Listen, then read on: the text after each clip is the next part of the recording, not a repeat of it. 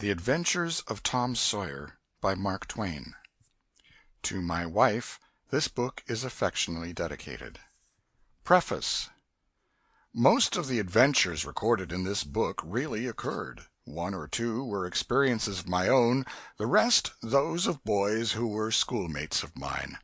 Huck Finn is drawn from life, Tom Sawyer also, but not from an individual. He is a combination of the characteristics of three boys whom I knew, and therefore belongs to the composite order of architecture. The odd superstitions touched upon were all prevalent among children and slaves in the West at the period of this story, that is to say 30 or 40 years ago. Although my book is intended mainly for the entertainment of boys and girls, I hope it will not be shunned by men and women on that account, for part of my plan has been to try to pleasantly remind adults of what they once were themselves, and of how they felt and thought and talked, and what queer enterprises they sometimes engaged in. The Author. Hartford, 1876. Chapter 1. Tom. No answer. Tom? No answer. What's gone with that boy, I wonder? You, Tom! No answer. The old lady pulled her spectacles down and looked over them about the room. Then she put them up and looked out under them. She seldom or never looked through them for so small a thing as a boy. They were her state pair, the pride of her heart, and were built for style, not service. She could have seen through a pair of stove lids just as well. She looked perplexed for a moment, and then said, not fiercely, but still loud enough for the furniture to hear, "Well, I lay if I get hold of you, I'll—" She did not finish, for by this time she was bending down and punching under the bed with a broom, and so she needed breath to punctuate the punches with. She resurrected nothing but the cat. "I never see the beat of that boy." She went to the open door and stood in it, and looked out among the tomato vines and jimpson weeds that constituted the garden. No Tom. So she lifted up her voice at an angle calculated for distance, and shouted, "You, Tom!" There was a slight noise behind her, and she turned just in time to seize a small boy by the slack of his roundabout and arrest his flight. "There! I might 'a' thought of that closet. What you been doing in there?" "Nothing." "Nothing? Look at your hands, and look at your mouth. What is that truck?" "I don't know, Aunt." "Well, I know. It's jam, that's what it is. 40 times I've said if you didn't let that jam alone I'll skin you. Hand me that switch." The switch hovered in the air. The peril was desperate. "My, look behind you, Aunt!" The old lady whirled round and snatched her skirts out of danger. The lad fled on the instant, scrambled up the high board fence, and disappeared over it. His Aunt Polly stood surprised a moment, and then broke into a gentle laugh. "Hang that boy! Can't I never learn anything? Ain't he played me tricks enough like that for me to be looking out for him by this time? But old fools is the biggest fools there is. Can't learn an old dog new tricks, as the saying is. But my goodness, he never plays them alike 2 days. And how is a body to know what's coming? He 'pears to know just how long he can torment me before I get my dander up, and he knows if he can make out to put me off for a minute or make me laugh, it's all down again and I can't hit him a lick. I ain't doing my duty by that boy, and that's the Lord's truth, goodness knows. Spare the rod and spile the child, as the good book says.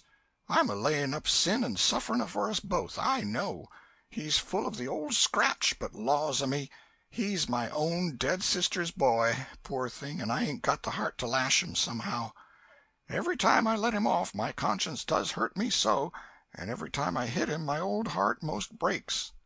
Well, well, a man that is born of a woman is of few days and full of trouble, as the Scripture says, and I reckon it's so. He'll play hookey this evening. That's southwestern for afternoon. And I'll just be obleeged to make him work tomorrow to punish him. It's mighty hard to make him work Saturdays when all the boys is having holiday, but he hates work more than he hates anything else, and I've got to do some of my duty by him, or I'll be the ruination of the child." Tom did play hookey, and he had a very good time. He got back home barely in season to help Jim, the small colored boy, saw next day's wood, and split the kindling before supper. At least he was there in time to tell his adventures to Jim, while Jim did three-fourths of the work. Tom's younger brother, or rather half-brother, Sid, was already through with his part of the work, picking up chips, for he was a quiet boy and had no adventurous, troublesome ways. While Tom was eating his supper and stealing sugar as opportunity offered, Aunt Polly asked him questions that were full of guile and very deep, for she wanted to trap him into damaging revealments. Like many other simple-hearted souls, it was her pet vanity to believe she was endowed with a talent for dark and mysterious diplomacy, and she loved to contemplate her most transparent devices as marvels of low cunning. Said she, "Tom, it was middling warm in school, wasn't it?" "Yes'm." "Powerful warm, wasn't it?" "Yes'm." "Didn't you want to go in a-swimming, Tom?" A bit of a scare shot through Tom, a touch of uncomfortable suspicion. He searched Aunt Polly's face, but it told him nothing. So he said, "No'm. Well, not very much." The old lady reached out her hand and felt Tom's shirt, and said, "But you ain't too warm now, though." and it flattered her to reflect that she had discovered that the shirt was dry without anybody knowing that that was what she had in her mind. But in spite of her, Tom knew where the wind lay now, so he forestalled what might be the next move. "Some of us pumped on our heads. Mine's damp yet, see?" Aunt Polly was vexed to think she had overlooked that bit of circumstantial evidence and missed a trick. Then she had a new inspiration. "Tom, you didn't have to undo your shirt collar where I sewed it, to pump on your head, did you? Unbutton your jacket." The trouble vanished out of Tom's face. He opened his jacket. His shirt collar was securely sewed. "Bother! Well, go 'long with you. I'd made sure you'd played hookey and been a-swimming, but I forgive you, Tom. I reckon you're a kind of singed cat, as the saying is. Better'n you look, this time." She was half sorry her sagacity had miscarried, and half glad that Tom had stumbled into obedient conduct for once. But Sidney said, "Well, now if I didn't think you sewed his collar with white thread, but it's black." "Why, I did sew it with white, Tom." But Tom did not wait for the rest. As he went out the door, he said, "Siddy, I'll lick you for that." In a safe place Tom examined two large needles, which were thrust into the lapels of his jacket, and had thread bound about them. One needle carried white thread, and the other black. He said, "She'd never noticed if it hadn't been for Sid. Confound it! Sometimes she sews it with white, and sometimes she sews it with black. I wish to Jiminy she'd stick to one or t'other. I can't keep the run of 'em. But I bet I'll learn Sid for that. I'll learn him." He was not the model boy of the village. He knew the model boy very well, though, and loathed him. Within 2 minutes, or even less, he had forgotten all his troubles.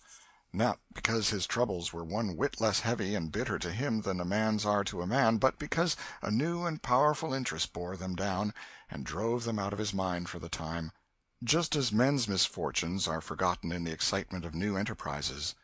This new interest was a valued novelty in whistling, which he had just acquired from a negro, and he was suffering to practice it undisturbed.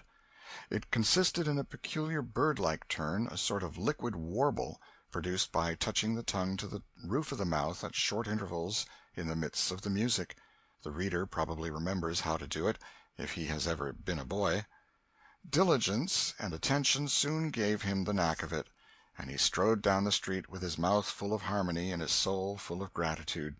He felt much as an astronomer feels who has discovered a new planet. No doubt, as far as strong, deep, unalloyed pleasure is concerned, the advantage was with the boy, not the astronomer. The summer evenings were long. It was not dark yet. Presently Tom checked his whistle. A stranger was before him, a boy a shade larger than himself. A newcomer of any age or either sex was an impressive curiosity in the poor little shabby village of St. Petersburg.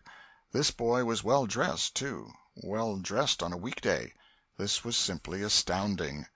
His cap was a dainty thing, his close-buttoned blue cloth roundabout was new and natty, and so were his pantaloons. He had shoes on, and it was only Friday. He even wore a necktie, a bright bit of ribbon. He had a citified air about him that ate into Tom's vitals.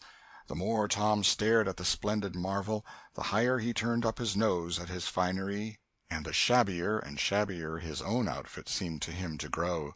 Neither boy spoke. If one moved, the other moved, but only sidewise, in a circle. They kept face to face and eye to eye all the time. Finally Tom said, "I can lick you." "I'd like to see you try it." "Well, I can do it." "No, you can't either." "Yes, I can." "No, you can't." "I can." "You can't." "Can't." An uncomfortable pause. Then Tom said, "What's your name?" "'Tisn't any of your business, maybe." "Well, I 'low I'll make it my business." "Well, why don't you?" "If you say much, I will." "Much, much, much." "There, now. Oh, you think you're mighty smart, don't you? I could lick you with one hand tied behind me if I wanted to." "Well, why don't you do it? You say you can do it." "Well, I will, if you fool with me." "Oh, yes, I've seen whole families in the same fix." "Smarty, you think you're some, now, don't you? Oh, what a hat!" "You can lump that hat if you don't like it. I dare you to knock it off, and anybody that'll take a dare will suck eggs." "You're a liar." "You're another." "You're a fighting liar and doesn't take it up." "Ah, take a walk." "Say, if you give me much more of your sass, I'll take and bounce a rock off'n your head." "Oh, of course you will." "Well, I will." "Well, why don't you do it, then? Why do you keep saying you will, for? Why don't you do it? It's because you're afraid." "I ain't afraid." "You are." "I ain't." "You are." Another pause, and more eyeing and sidling around each other. Presently they were shoulder to shoulder. Tom said, "Get away from me." "Go away yourself." "I won't." "Well, I won't either." So they stood, each with a foot placed at an angle as a brace, and both shoving with might and main and glowering at each other with hate. But neither could get an advantage. After struggling till both were hot and flushed, each relaxed his strain with watchful caution, and Tom said, "You're a coward and a pup. I'll tell my big brother on you, and he can thrash you with his little finger, and I'll make him do it, too." "What do I care for your big brother? I've got a brother that's bigger than he is, and what's more, he can throw him over that fence, too." Both brothers were imaginary. "That's a lie." "Your saying so doesn't make it so." Tom drew a line in the dust with his big toe and said, "I dare you to step over that, and I'll lick you till you can't stand up. Anybody that'll take a dare will steal sheep." The new boy stepped over promptly and said, "Now you said you'd do it. Now let's see you do it." "Don't you crowd me, now. You better look out." "Well, you said you'd do it. Why don't you do it?" "By jingo, for 2 cents I will do it." The new boy took 2 broad coppers out of his pocket and held them out with derision. Tom struck them to the ground. In an instant both boys were rolling and tumbling in the dirt, gripped together like cats, and for the space of a minute they tugged and tore at each other's hair and clothes, punched and scratched each other's noses, and covered themselves with dust and glory. Presently the confusion took form, and through the fog of battle Tom appeared, seated astride the new boy, and pounding him with his fists. "Holler 'nuff," said he. The boy only struggled to free himself. He was crying, mainly from rage. "Holler 'nuff," and the pounding went on. At last the stranger got out a smothered "'nuff," and Tom led him up and said, "Now that'll learn you. Better look out who you're fooling with next time." The new boy went off brushing the dust from his clothes, sobbing, snuffling, and occasionally looking back and shaking his head and threatening what he would do to Tom the next time he caught him out, to which Tom responded with jeers and started off in a high feather, and as soon as his back was turned the new boy snatched up a stone, threw it, and hit him between the shoulders, and then turned tail and ran like an antelope. Tom chased the traitor home, and thus found out where he lived. He then held a position at the gate for some time, daring the enemy to come outside, but the enemy only made faces at him through the window and declined. At last the enemy's mother appeared, and called Tom a bad, vicious, vulgar child, and ordered him away. So he went away, but he said he 'lowed to lay for that boy. He got home pretty late that night, and when he climbed cautiously in at the window he uncovered an ambuscade in the person of his aunt. And when she saw the state his clothes were in, her resolution to turn his Saturday holiday into captivity at hard labor became adamantine in its firmness. Chapter 2 The Glorious Whitewasher. Saturday morning was come, and all the summer world was bright and fresh and brimming with life. There was a song in every heart, and if the heart was young, the music issued at the lips. There was cheer in every face, and a spring in every step. The locust trees were in bloom, and the fragrance of the blossoms filled the air. Cardiff Hill, beyond the village and above it, was green with vegetation, and it lay just far enough away to seem a delectable land, dreamy, reposeful, and inviting. Tom appeared on the sidewalk with a bucket of whitewash and a long-handled brush. He surveyed the fence, and all gladness left him, and a deep melancholy settled down upon his spirit. 30 yards of board fence 9 feet high! Life to him seemed hollow, and existence but a burden. Sighing, he dipped his brush and passed it along the topmost plank, repeated the operation, did it again, compared the insignificant whitewashed streak with the far-reaching continent of unwhitewashed fence, and sat down on a tree-box discouraged. Jim came skipping out at the gate with a tin pail and singing "Buffalo Gals." Bringing water from the town pump had always been hateful work in Tom's eyes, before, but now it did not strike him so. He remembered that there was company at the pump. White, mulatto, and negro boys and girls were always there waiting their turns, resting, trading playthings, quarreling, fighting, skylarking. And he remembered that although the pump was only 150 yards off, Jim never got back with a bucket of water under an hour, and even then somebody generally had to go after him. Tom said, "Say, Jim, I'll fetch the water if you'll whitewash some." Jim shook his head and said, "Can't, Mars Tom. Old missus, she told me I got to go and git dis water and stop foolin' around with anybody. She say she spec Mars Tom gwine to ax me to whitewash, and so she told me to go 'long and tend to my own business. She 'lowed she'd tend to de whitewashin'." "Oh, never mind what she said, Jim. That's the way she always talks. Gimme the bucket. I won't be gone only a minute. She won't ever know." "Oh, I dasn't, Mars Tom. Ole missus she'd take and tar de head off'n me. 'Deed she would." "She never licks anybody. Whacks 'em over the head with her thimble, and who cares for that, I'd like to know. She talks awful, but talk don't hurt. Anyways, it don't if she don't cry. Jim, I'll give you a marvel. I'll give you a white alley." Jim began to waver. "White alley, Jim, and it's a bully taw." "My, that's a mighty gay marvel, I tell you. But, Mars Tom, I's powerful 'fraid of ole missus. And besides, if you will, I'll show you my sore toe." Jim was only human. This attraction was too much for him.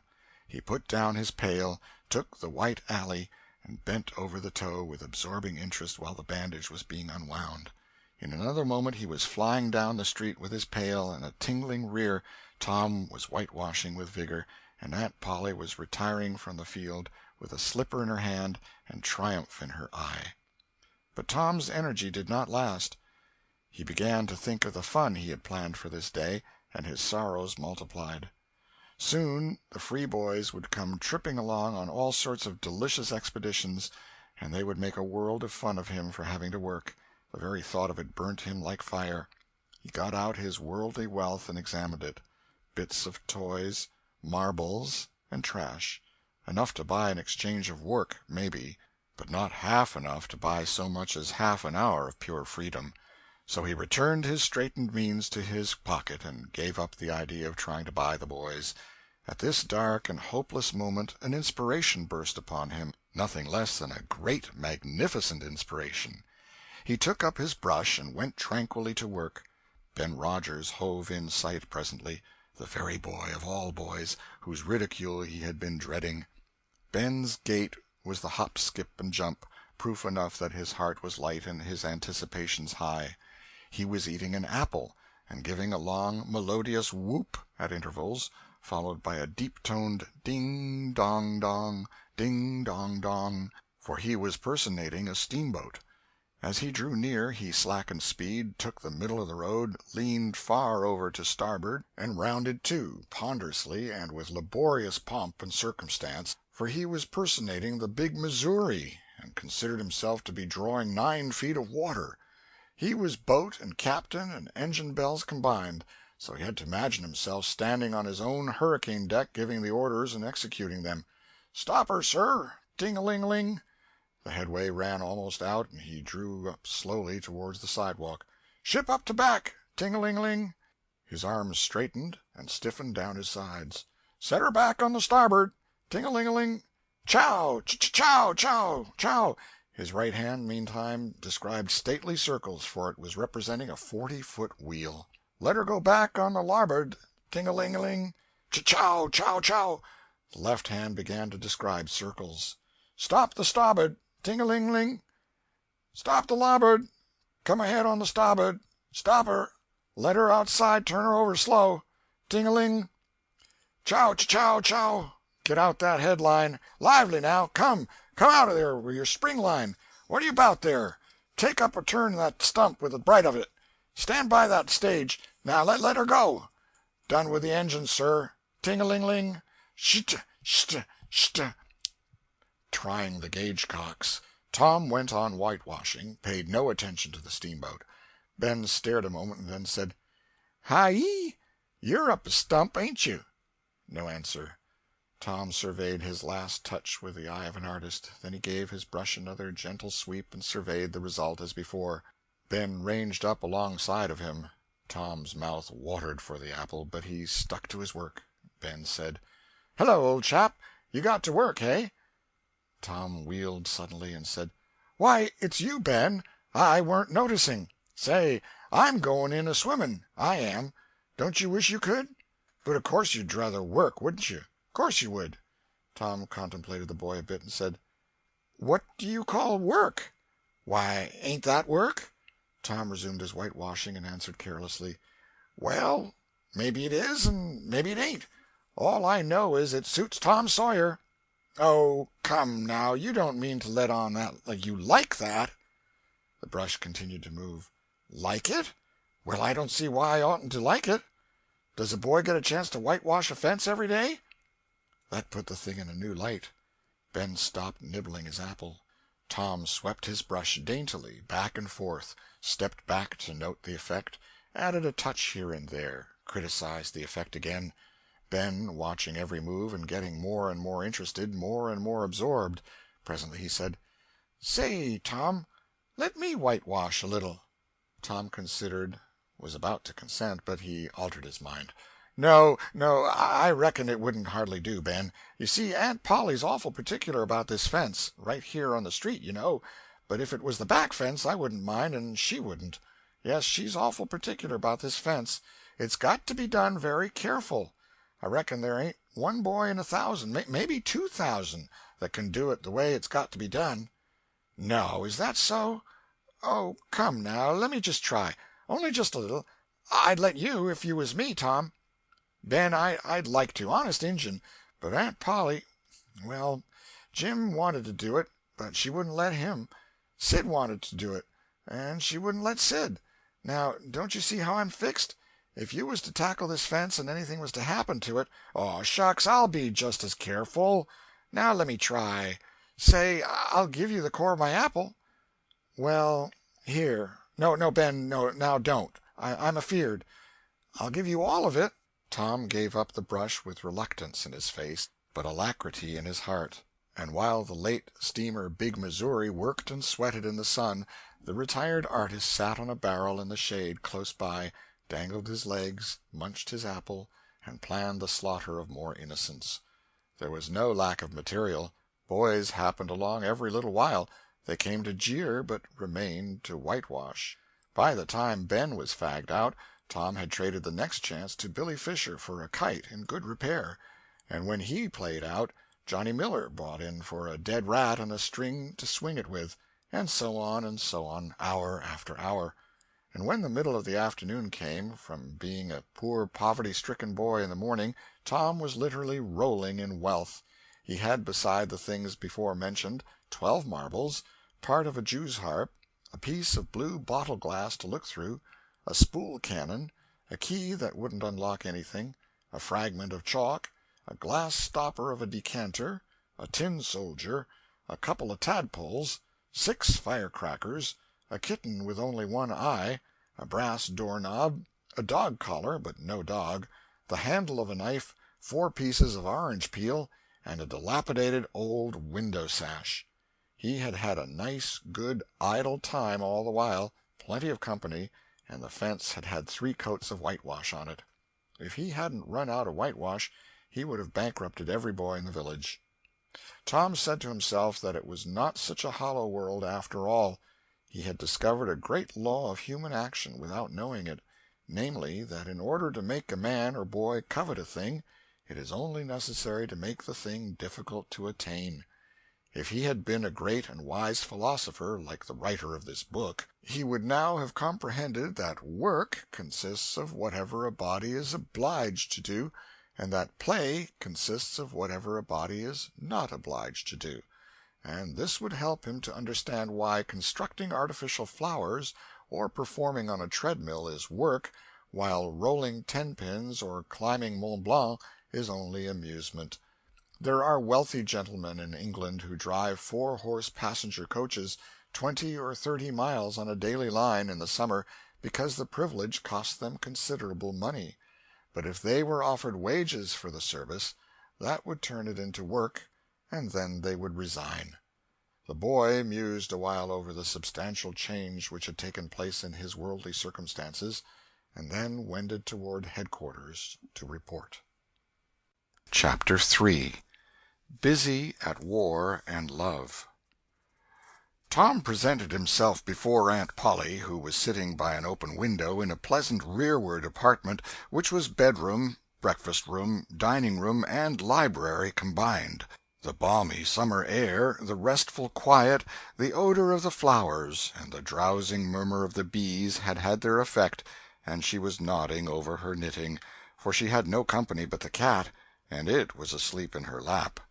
Her spectacles were propped up on her gray head for safety.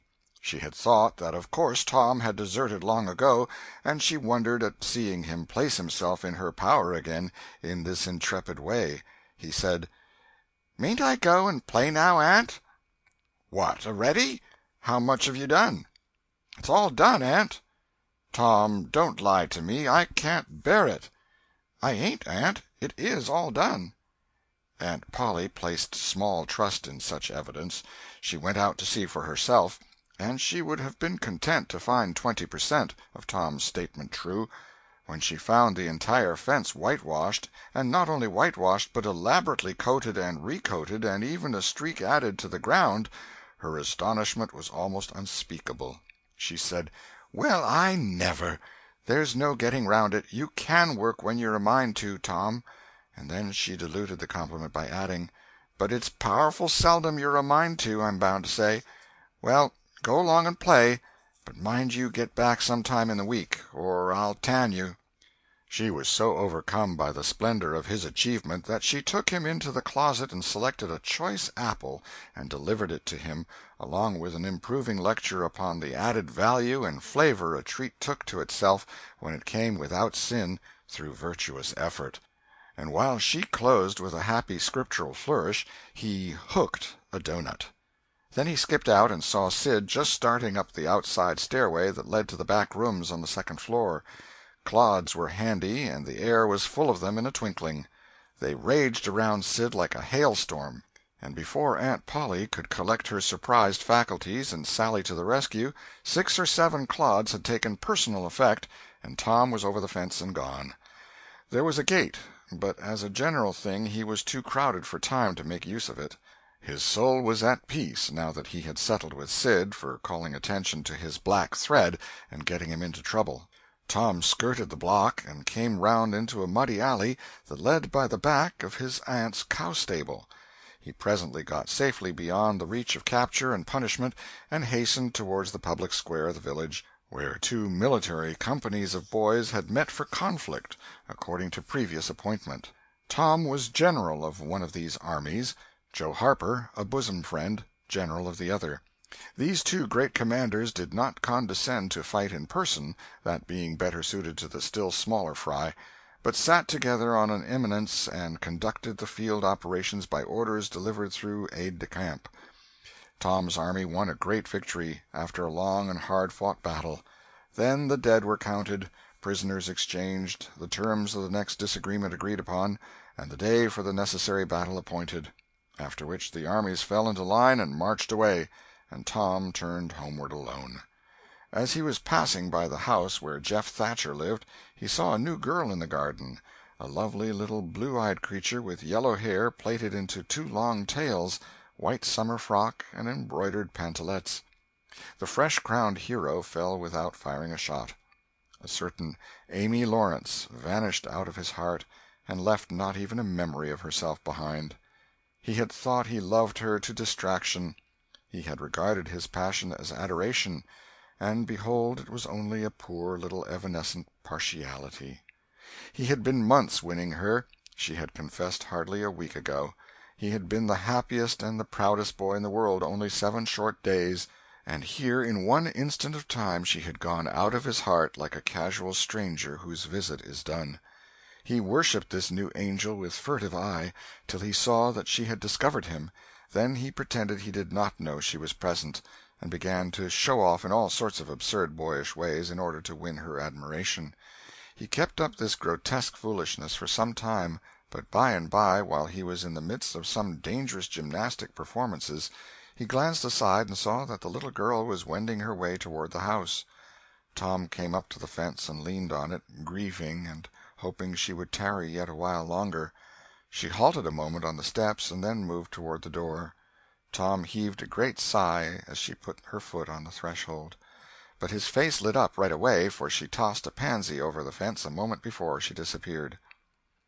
The boy ran around and stopped within a foot or two of the flower, and then shaded his eyes with his hand and began to look down street as if he had discovered something of interest going on in that direction. Presently he picked up a straw and began trying to balance it on his nose, with his head tilted far back, and as he moved from side to side in his efforts he edged nearer and nearer toward the pansy.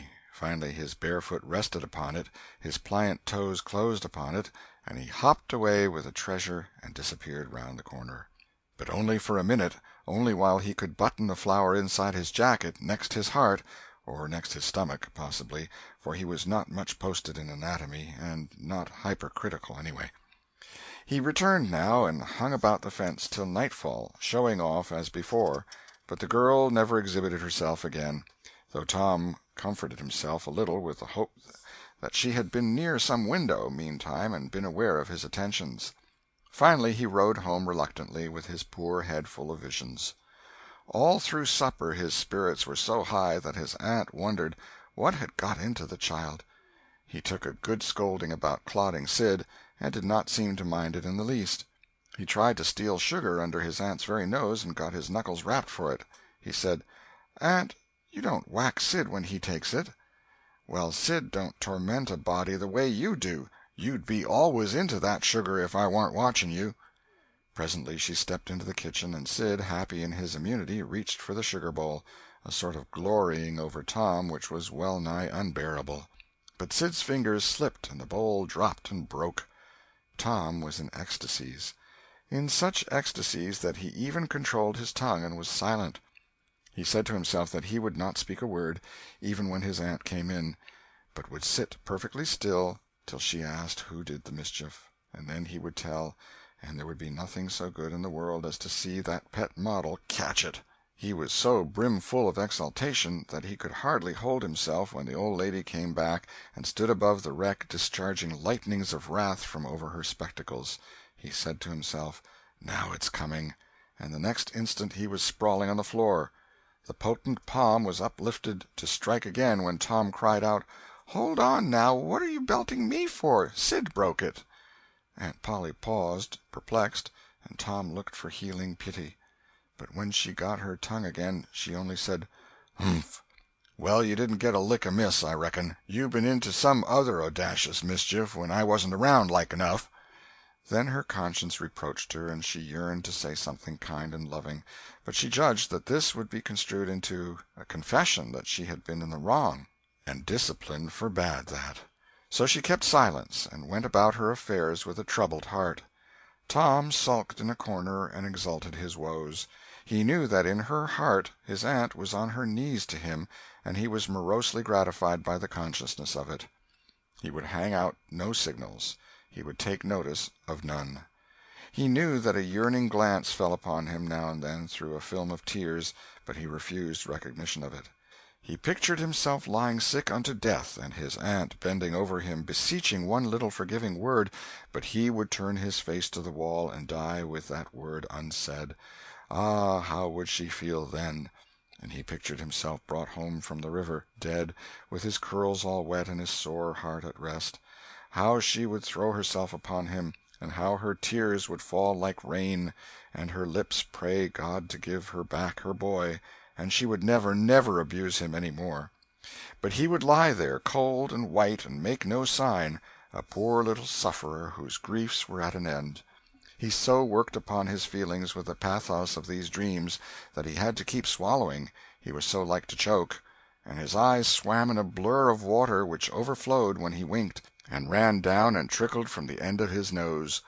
And such a luxury to him was this petting of his sorrows that he could not bear to have any worldly cheeriness or any grating delight intrude upon it. It was too sacred for such contact. And so, presently, when his cousin Mary danced in, all alive with the joy of seeing home again after an age-long visit of 1 week to the country, he got up and moved in clouds and darkness out at one door as she brought song and sunshine in at the other. He wandered far from the accustomed haunts of boys, and sought desolate places that were in harmony with his spirit. A log raft in the river invited him, and he seated himself on its outer edge and contemplated the dreary vastness of the stream, wishing the while that he could only be drowned, all at once and unconsciously, without undergoing the uncomfortable routine devised by nature. Then he thought of his flower. He got it out, rumpled and wilted, and it mightily increased his dismal felicity. He wondered if she would pity him if she knew. Would she cry, and wish that she had a right to put her arms round his neck and comfort him? Or would she turn coldly away like all the hollow world? This picture brought such an agony of pleasurable suffering that he worked it over and over again in his mind, and set it up in new and varied lights till he wore it threadbare. At last he rose up, sighing, and departed in the darkness. About 9:30 or 10 o'clock he came along the deserted street to where the adored unknown lived. He paused a moment. No sound fell upon his listening ear. A candle was casting a dull glow upon the curtain of a second-story window. Was the sacred presence there?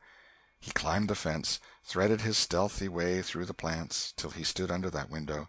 He looked up at it long and with emotion. Then he laid him down on the ground under it, disposing himself upon his back, with his hands clasped upon his breast and holding his poor wilted flower. And thus he would die, out in the cold world, with no shelter over his homeless head, no friendly hand to wipe the death-damps from his brow, no loving face to bend pityingly over him when the great agony came. And thus she would see him when she looked out upon the glad morning, and oh, would she drop one little tear upon his poor lifeless form, would she heave one little sigh to see a bright young life so rudely blighted, so untimely cut down? The window went up, a maidservant's discordant voice profaned the holy calm, and a deluge of water drenched the prone martyr's remains. The strangling hero sprang up with a relieving snort. There was a whiz as of a missile in the air, mingled with a murmur of a curse, a sound as of shivering glass followed, and a small vague form went over the fence and shot away in the gloom. Not long after, as Tom, all undressed for bed, was surveying his drenched garments by the light of a tallow-dip, Sid woke up.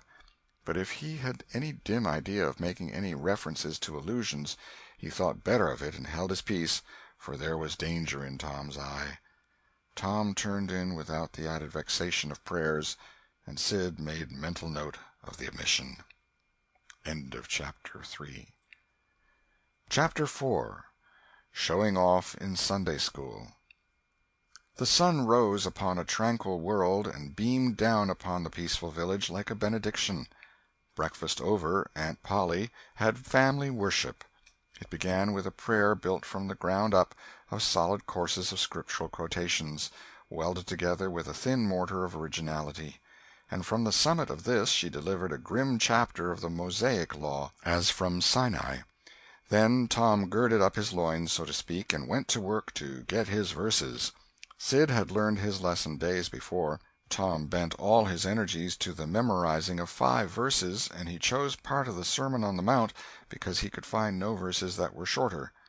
At the end of half an hour Tom had a vague general idea of his lesson, but no more, for his mind was traversing the whole field of human thought, and his hands were busy with distracting recreations. Mary took his book to hear him recite, and he tried to find his way through the fog. "Blessed are the poor? Yes, poor. Blessed are the poor in spirit. In spirit. Blessed are the poor in spirit, for theirs. For theirs. Blessed are the poor in spirit, for theirs is the kingdom of heaven. Blessed are they that mourn, for sh, for they, S-H-A. For they, S-H, oh, I don't know what it is. Shall. Oh, shall. Shall mourn. Blessed are they that shall mourn, for they shall what? Why don't you tell me, Mary? What do you want to be so mean for?" "Oh, Tom, you poor thick-headed thing, I'm not teasing you. I wouldn't do that. You must go and learn it again. Don't you be discouraged, Tom. You'll manage it, and if you do, I'll give you something ever so nice. There now, that's a good boy." "All right. What is it, Mary? Tell me what it is." "Never you mind, Tom. You know if I say it's nice, it is nice." "You bet you that's so, Mary. All right, I'll tackle it again." And he did tackle it again, and under the double pressure of curiosity and prospective gain, he did it with such spirit that he accomplished a shining success. Mary gave him a brand-new Barlow knife worth 12.5 cents, and the convulsion of delight that swept his system shook him to his foundations. True, the knife would not cut anything, but it was a sure enough Barlow, and there was inconceivable grandeur in that, though where the Western boys ever got the idea that such a weapon could possibly be counterfeited to its injury is an imposing mystery and will always remain so, perhaps. Tom contrived to scarify the cupboard with it, and was arranging to begin on the bureau, when he was called off to dress for Sunday school. Mary gave him a tin basin of water and a piece of soap, and he went outside the door and set the basin on a little bench there. Then he dipped the soap in the water and laid it down, turned up his sleeves, poured out the water on the ground, gently, and then entered the kitchen and began to wipe his face diligently on the towel behind the door. But Mary removed the towel and said, "Now ain't you ashamed, Tom? You mustn't be so bad. Water won't hurt you." Tom was a trifle disconcerted. The basin was refilled, and this time he stood over it a little while, gathering resolution, took in a big breath, and began. When he entered the kitchen presently, with both eyes shut and groping for the towel with his hands, an honorable testimony of suds and water was dripping from his face. But when he emerged from the towel he was not yet satisfactory, for the clean territory stopped short at his chin, and his jaws like a mask. Below and beyond this line there was a dark expanse of unirrigated soil that spread downward in front and backward around his neck. Mary took him in hand, and when she was done with him, he was a man and a brother without distinction of color, and his saturated hair was neatly brushed and its short curls wrought into a dainty and symmetrical general effect. He privately smoothed out the curls with labor and difficulty, and plastered his hair close down to his head, for he held curls to be effeminate, and his own filled his life with bitterness. Then Mary got out a suit of his clothing that had been used only on Sundays during 2 years. They were simply called his other clothes, and so by that we know the size of his wardrobe. The girl put him to rights after he had dressed himself. She buttoned his neat roundabout up to his chin, turned his vast shirt-collar down over his shoulders, brushed him off, and crowned him with his speckled straw hat. He now looked exceedingly improved and uncomfortable. He was fully as uncomfortable as he looked, for there was a restraint about whole clothes and cleanliness that galled him. He hoped that Mary would forget his shoes, but the hope was blighted. She coated them thoroughly with tallow, as was the custom, and brought them out. He lost his temper and said he was always being made to do everything he didn't want to do, but Mary said persuasively, "Please, Tom, that's a good boy." So he got into the shoes, snarling. Mary was soon ready, and the 3 children set out for Sunday school, a place that Tom hated with his whole heart, but Sid and Mary were fond of. Sabbath school hours were from 9 to half-past 10, and then church service. Two of the children always remained for the sermon voluntarily, and the other always remained too, for stronger reasons. The church's high-backed, uncushioned pews would seat about 300 persons. The edifice was but a small, plain affair, with a sort of pine-board tree-box on top of it for a steeple. At the door Tom dropped back a step and accosted a Sunday-dressed comrade. "Say, Billy, got a yaller ticket?" "Yes." "What'll you take for her?" "What'll you give?" "Piece of licorice and a fish-hook." "Let's see 'em." Tom exhibited. They were satisfactory, and the property changed hands. Then Tom traded a couple of white alleys for 3 red tickets, and some small trifle or other for a couple of blue ones. He waylaid other boys as they came, and went on buying tickets of various colors 10 or 15 minutes longer. He entered the church, now with a swarm of clean and noisy boys and girls, proceeded to his seat, and started a quarrel with the first boy that came handy. The teacher, a grave elderly man, interfered, then turned his back a moment, and Tom pulled a boy's hair in the next bench, and was absorbed in his book when the boy turned round, stuck a pin in another boy presently in order to hear him say "ouch," and got a new reprimand from his teacher. Tom's whole class were of a pattern, restless, noisy, and troublesome. When they came to recite their lessons, not one of them knew his verses perfectly, but had to be prompted all along. However, they worried through, and each got his reward, in small blue tickets, each with a passage of Scripture on it. Each blue ticket was pay for 2 verses of the recitation. 10 blue tickets equaled a red one, and could be exchanged for it.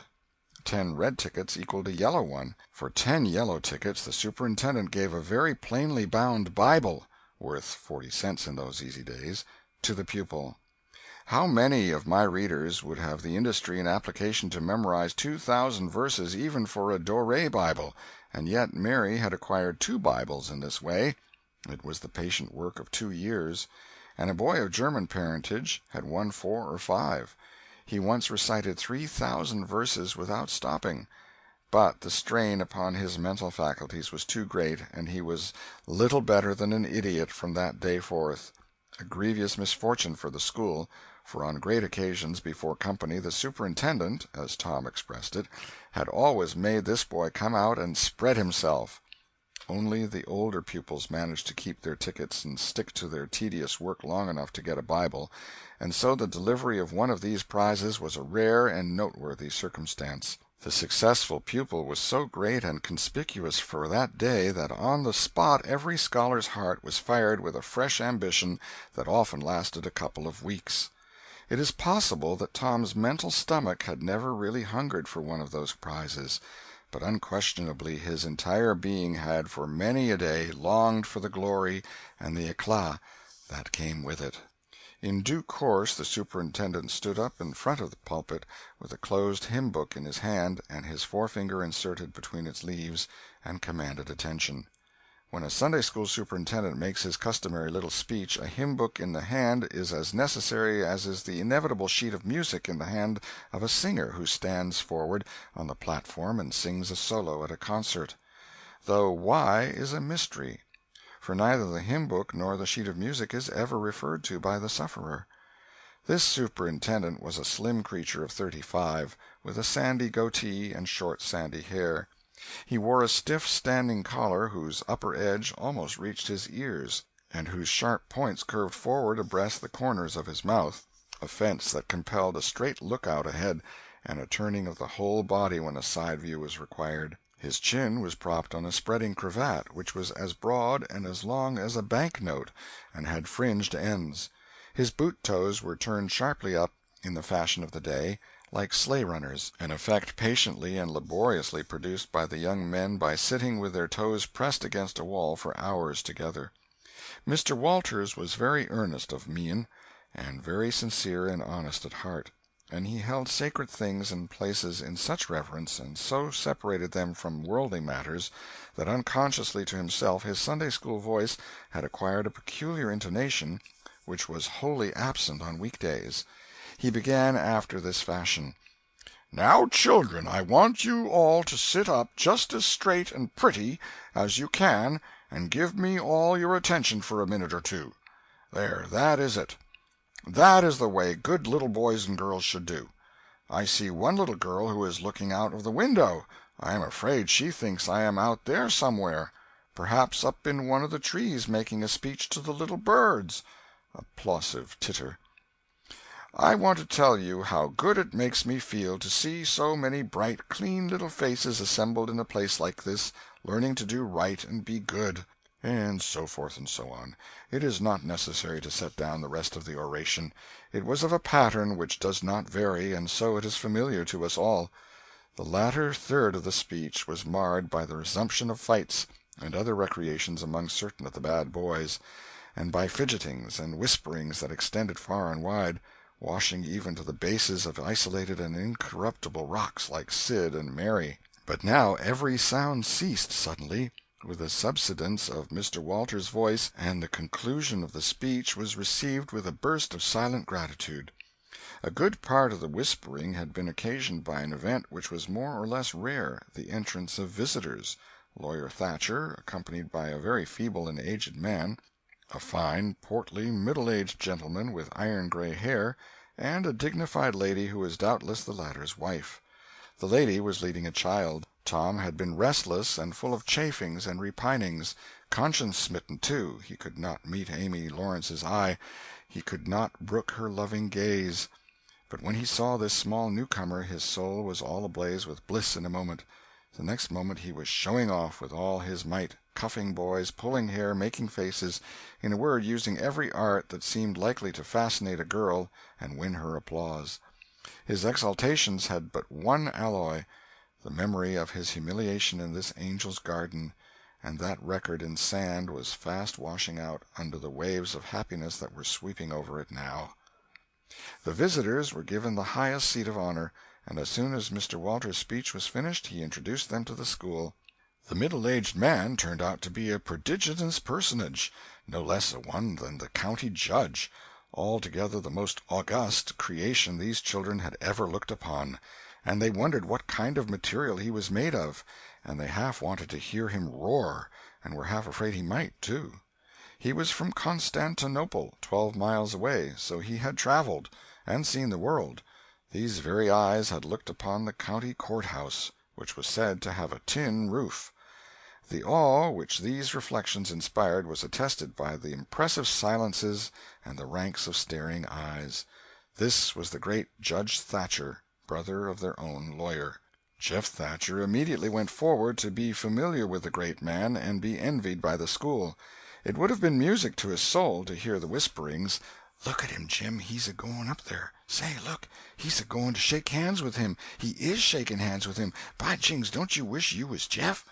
Mr. Walters fell to showing off, with all sorts of official bustlings and activities, giving orders and delivering judgments, discharging directions here, there, everywhere that he could find a target. The librarian showed off, running hither and thither with his arms full of books, and making a deal of the splutter and fuss that insect authority delights in. The young lady teachers showed off, bending sweetly over pupils that were lately being boxed, lifting pretty warning fingers at bad little boys, and patting good ones lovingly. The young gentlemen teachers showed off with small scoldings and other little displays of authority and fine attention to discipline, and most of the teachers of both sexes found business up at the library by the pulpit. And it was business that frequently had to be done over again 2 or 3 times, with much seeming vexation. The little girls showed off in various ways, and the little boys showed off with such diligence that the air was thick with paper wads and the murmur of scuffling. And above it all, the great man sat and beamed a majestic judicial smile upon all the house, and warmed himself in the sun of his own grandeur, for he was showing off, too. There was only one thing wanting to make Mr. Walters's ecstasy complete, and that was a chance to deliver a Bible prize and exhibit a prodigy. Several pupils had a few yellow tickets, but none had enough, and he had been around among the star pupils inquiring. He would have given worlds now to have that German lad back again with a sound mind. And now at this moment, when hope was dead, Tom Sawyer came forward with 9 yellow tickets, 9 red tickets, and 10 blue ones, and demanded a Bible. This was a thunderbolt out of a clear sky. Walters was not expecting an application from this source for the next 10 years. But there was no getting around it. Here were the certified checks, and they were good for their face. Tom was therefore elevated to a place with the judge and the other elect, and the great news was announced from headquarters. It was the most stunning surprise of the decade, and so profound was the sensation that it lifted the new hero up to the judicial one's altitude, and the school had two marvels to gaze upon in place of one. The boys were all eaten up with envy, and those that suffered the bitterest pangs were those who perceived too late that they themselves had contributed to this hated splendor by trading tickets to Tom for the wealth he had amassed in selling whitewashing privileges. These despised themselves as being the dupes of a wily fraud, a guileful snake in the grass. The prize was delivered to Tom with as much effusion as the superintendent could pump up under the circumstances, but it lacked somewhat of the true gush, for the poor fellow's instinct taught him that there was a mystery here that could not well bear the light, perhaps. It was simply preposterous that this boy had warehoused 2,000 sheaves of scriptural wisdom on his premises. A dozen would strain his capacity, without a doubt. Amy Lawrence was proud and glad, and she tried to make Tom see it in her face, but he wouldn't look. She wondered. Then she was just a grain troubled. Next, a dim suspicion came and went, came again. She watched. A furtive glance told her worlds, and then her heart broke, and she was jealous and angry, and the tears came, and she hated everybody. Tom most of all, she thought. Tom was introduced to the judge, but his tongue was tied, his breath would hardly come, his heart quaked, partly because of the awful greatness of the man, but mainly because he was her parent. He would have liked to fall down and worship him if it were in the dark. The judge put his hand on Tom's head and called him a fine little man, and asked him what his name was. The boy stammered, gasped, and got it out. "Tom." "Oh, no, not Tom. It is Thomas." "Ah, that's it. I thought there was more to it, maybe. That's very well. But you've another one, I dare say, and you'll tell it to me, won't you?" "Tell the gentleman your other name, Thomas," said Walters, "and say 'sir.' You mustn't forget your manners." "Thomas Sawyer, sir." "That's it. That's a good boy. Fine boy. Fine manly little fellow. 2,000 verses is a great many, very, very great many, and you never can be sorry for the trouble you took to learn them. For knowledge is worth more than anything there is in the world. It's what makes great men and good men. You'll be a great man and a good man yourself some day, Thomas, and then you'll look back and say, 'It's all owing to the precious Sunday school privileges of my boyhood. It's all owing to my dear teachers that taught me to learn. It's all owing to the good superintendent who encouraged me and watched over me and gave me a beautiful Bible, a splendid, elegant Bible, to keep and have it all for my own, always. It's all owing to right bringing up.' That is what you will say, Thomas, and you wouldn't take any money for those 2,000 verses, no, indeed you wouldn't. And now you wouldn't mind telling me and this lady some of the things you've learned. No, I know you wouldn't, for we are proud of little boys that learn.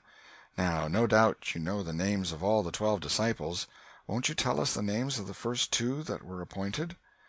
Tom was tugging at a buttonhole and looking sheepish. He blushed now, and his eyes fell. Mr. Walters' heart sank within him. He said to himself, "It is not possible that the boy can answer the simplest question. Why did the judge ask him?" Yet he felt obliged to speak up and say, "Answer the gentleman, Thomas. Don't be afraid." Tom still hung fire. "Now I know you'll tell me," said the lady. "The names of the first 2 disciples were David and Goliath." Let us draw the curtain of charity over the rest of the scene.